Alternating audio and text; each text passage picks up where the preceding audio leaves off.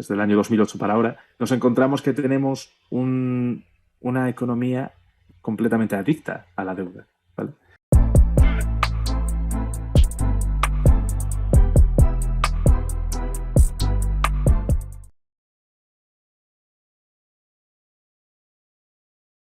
Te lo voy a intentar relacionar con otra cosa que sé que te va a interesar un montón y que te va a parecer súper interesante. Porque como tú bien dices, efectivamente, con una situación como esa, tenderíamos a ver una exponencialidad, ¿no? En el crecimiento económico. Y eso es lo que efectivamente, eso es lo que sucede ahora mismo. Pero ¿por qué está sucediendo? Especialmente desde el año 2008 para ahora, ¿vale? Del 2000 a, sí, desde el año 2008 para ahora, nos encontramos que tenemos una economía completamente adicta a la deuda, ¿vale? Y esto te lo voy a enseñar aquí, ¿vale? Entonces, mira, esto es, por un lado, ¿vale? El año 1953, esto es el año 2021, 2022, ¿vale? Y tenemos el fin del patrón oro, recuerda, ¿no? El fin del patrón oro aquí, Ujú. en esta década, de los 70 a los 80, y cómo desde que empezamos a ver una divisa, como era el dólar, que ya no estaba respaldada más que por lo que el gobierno quería que estuviera respaldada y no por un activo puro como es el oro, nos hemos encontrado que ahora tenemos que requerimos, ¿vale? Para crecer, que es esta línea gris, este es el crecimiento, ¿vale? Este es el crecimiento del PIB a nivel anualizado. Requerimos de toda esta deuda, cada vez más deuda, fíjate en el gap, cada Ujú. vez más deuda para poder crecer. Ahora piensa, ¿qué ocurre si desapalancamos todo esto? Pues que Pues todo cae. el crecimiento no va a ser exponencial. Otra cosa, esto va relacionado también con el balance de la Fed. He estado escuchando también que quieren Sí, eliminar de lo que es el mercado, creo que 3 trillones de dólares, que es una auténtica sí. barbaridad. O sea, quieren quitarse el 30% de lo que hay ahora mismo en el balance. Eso Y es mucho. fijaros que el balance total creo que alcanza prácticamente los 10 trillones, que es literalmente un tercio del dinero que hay en todo el mundo. Mm, sí, sí, sí, sí. Y esto pues lo quieren sacar para volver un poquito, o sea, hacer la onda para abajo, ¿no? Entiendo. Efectivamente, sí. Ahora lo que. A ver, es difícil. Te comento. Para no irme por las ramas, tienes el PIB, como te decía, en gris, ¿vale? Tienes la deuda en azul, toda la deuda que tenemos actualmente, más luego la distancia que se va expandiendo cada vez más, ¿vale? El gap cada vez es más grande. Cada vez requerimos de más deuda para crecer un poquito menos, porque realmente cada año se crece menos. Estamos hablando de que la Fed, como crecimiento anualizado promedio para los próximos 10 años, para el largo plazo, la sitúa en el 1%. Ya ves tú un crecimiento del 1%. ¿Vale? Hostia. Lo que es eso. Y todo eso es debido a esto. Todo eso es debido a la enorme deuda que hay. Entonces, claro, luego tienes el bono a 10 años, el tipo de interés del bono a 10 años estadounidense, ¿no?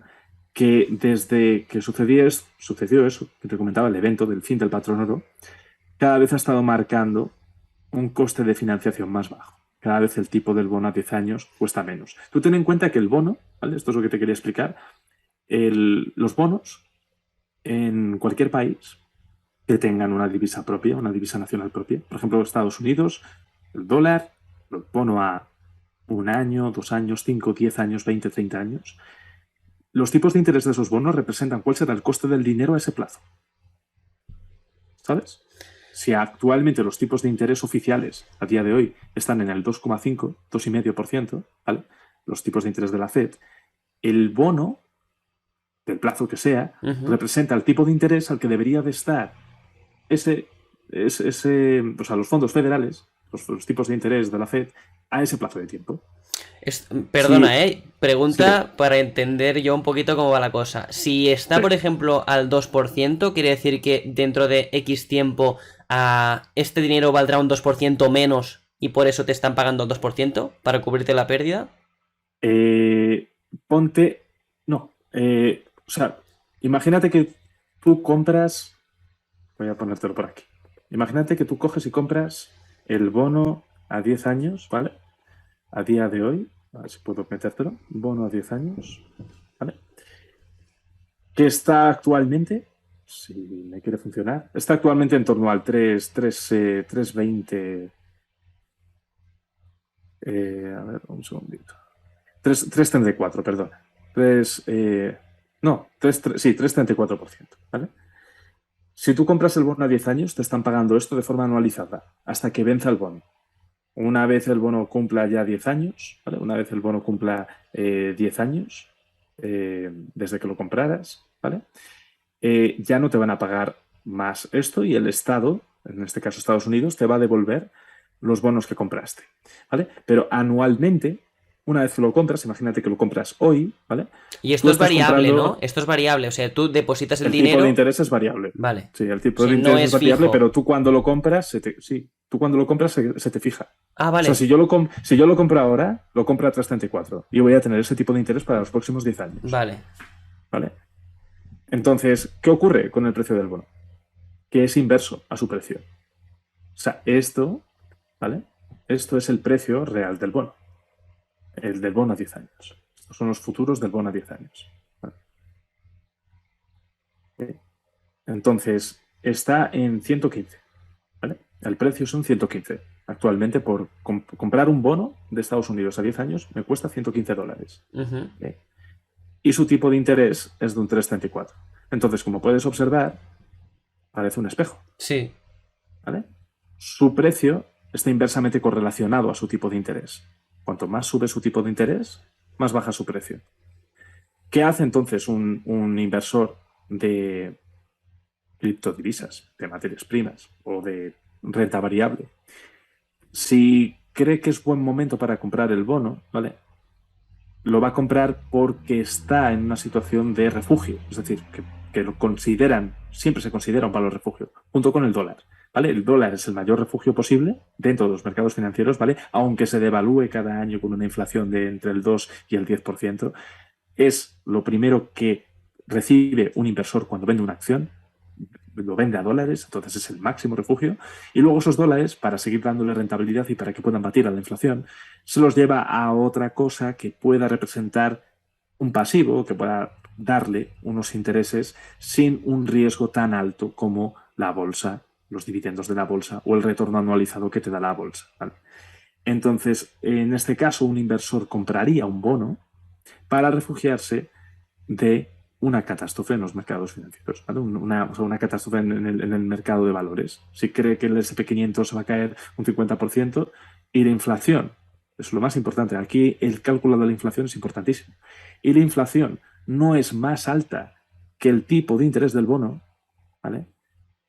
El tipo real del bono pasa a ser positivo, ¿vale? Restándole la inflación, y puede tener un rendimiento con menor riesgo. ¿No? Ujú. ¿Qué es lo que ha sucedido en esta época? Que la inflación ha alcanzado el 10%. ¿Qué es lo que ha hecho el bono? El bono ha alcanzado el 3,34%. El tipo de interés es negativo. Es Si un estás menos 7%. aunque inviertas en un bono, estás perdiendo dinero teniendo en cuenta la Claro, inflación. claro, estás perdiendo dinero. Como te decía, los inversores del mercado de divisas ponen en precio que la Fed va a subir los tipos y eso va a provocar que el dólar suba en precio. Pero también, como te decía antes, los tipos de interés de los bonos están realmente dando cuál va a ser el coste del dinero, es decir, los tipos de interés del dólar a un plazo determinado. Si es a 5 años, pues a 5 años. Si es a 10 años, a 10 años. ¿Qué produce entonces eso? Pues que te vas luego al bono a 10 años y desde que eso se puso en precio, ¿vale? Fue aquí, ¿vale? A finales de 2020, ¿vale? Estos bonos han intentado acoplarse al máximo A los tipos de a interés. los tipos de interés oficiales. Vale, porque antes estábamos casi Claro, pegados al cero porque los tipos de interés estaban al cero. estaban al cero, Y efectivamente. ahora que creo que el día 21 lo suben a 3,25, se mueve hasta el 3,33. Efectivamente, ojo, el 10 años está en 3,33 y si suben los tipos hasta donde quieren tenerlos a finales de año, ¿vale? Estaríamos hablando de que estaríamos en torno al 3,5%. Ujú. Ponte que el bono a 10 años se mantiene aquí en el 3,40 o en el 3,30, pero los tipos oficiales están en el 4%. Una pregunta, este Tienes la curva porcentaje, invertida. Tienes la curva de tipos invertida. Perdón, dime, Sí. dime. No, no, eso, digo, que si tú realmente coges los tipos oficiales, que son los bonos de mayor corto plazo, o sea, los que da la Fed en la siguiente reunión, subimos de 2,50 a 0,75 hasta 3,25. Vale, esos son los tipos de mayor corto plazo, esos son los que afectan directamente a los préstamos y a la deuda de mayor corto plazo, ¿vale?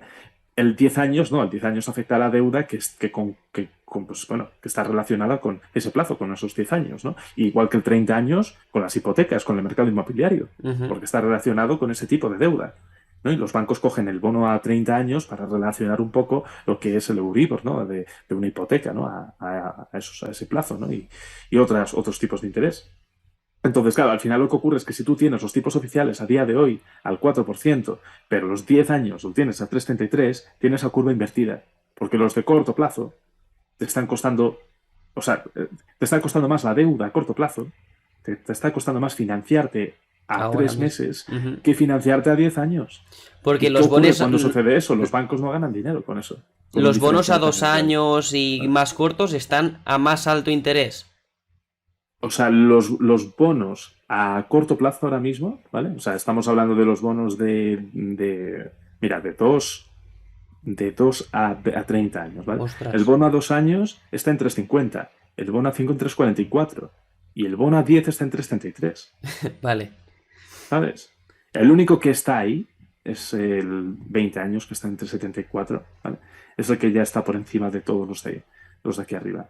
Pero claro, si sube la Fed los tipos oficiales al 4% para febrero o marzo y esto sigue aquí, pues seguiremos invertidos. Y es lo que te quería enseñar. La inversión de la curva de los tipos de interés de los bonos siempre ha pronosticado una recesión. Esto seguramente ya lo has escuchado, ¿vale? Ujú. Me suena, Siempre pero que, tampoco lo entendía. seguro, siempre que se ha invertido la curva, ¿vale?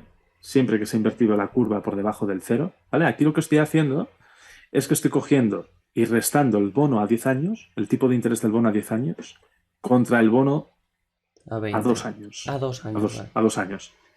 Si me da negativo, significa que el bono a 2 años tiene un tipo de interés mayor al 10 años. ¿Vale? ¿Y qué sucede? Perdona por esta alarma. ¿Qué sucede? Cada vez que ha ocurrido eso, O sea, cada esto vez para que la gente lo entienda es cuando la financiación a corto plazo es más cara que la financiación a largo a plazo, largo es plazo. cuando tenemos una recesión. Siempre ha Bueno, cuando pasado. llegamos a este punto que estás marcando como resistencia, vaya. Sí, o sea, no, por debajo. Porque Vale, si por debajo, al esto, negativo. este es el 0%, no se termina de invertir, sino por debajo. Por debajo significa que el 2 años está más caro que el 10. Ujú. Entonces, siempre que ha ocurrido esto, ha sucedido. O sea, ha sucedido. Mira, aquí tienes en el año 87, ¿vale? Una pequeña corrección, pero luego vete al año 2000 y 2001, El crash de las 2002. .com. Se invirtió la curva, claro, y para el momento que la curva se daba la vuelta ya, caía el mercado un 50%. Se Hostia. invirtió en 2005-2007 para cuando llegó 2007-2008 la crisis inmobiliaria, la crisis financiera. Para cuando llegó el COVID, que la gente esto no se lo cree, pero yo lo digo de verdad, lo del COVID fue un mal menor, porque esto tenía que pasar, esa corrección tenía que pasar tarde o temprano, ¿vale? Después de la inversión de la curva se invirtió en 2019, ¿vale? Y cuando llegó marzo de 2020 el mercado se cayó. Entonces, no es magia, es algo que pasa. O sea, esto tendría que haber pasado tarde o temprano. Ujú. Pero es que, claro, luego encima la Fed dijo, no, vamos a inyectar liquidez, vamos a imprimir dólares a raudales para comprar todos los bonos corporativos, todos los bonos soberanos que podamos. Y eso aporta liquidez al sistema, eso hizo al SP500 subir. Y claro, ahora que tenemos una altísima inflación por una política monetaria tan incongruente, la curva de tipos se ha vuelto a invertir. Entonces, fíjate dónde estamos. O sea, no ha habido una inversión de la curva más fuerte, yo creo que desde el año 2000. Ni en 2008 se invirtió tanto con la gran crisis financiera.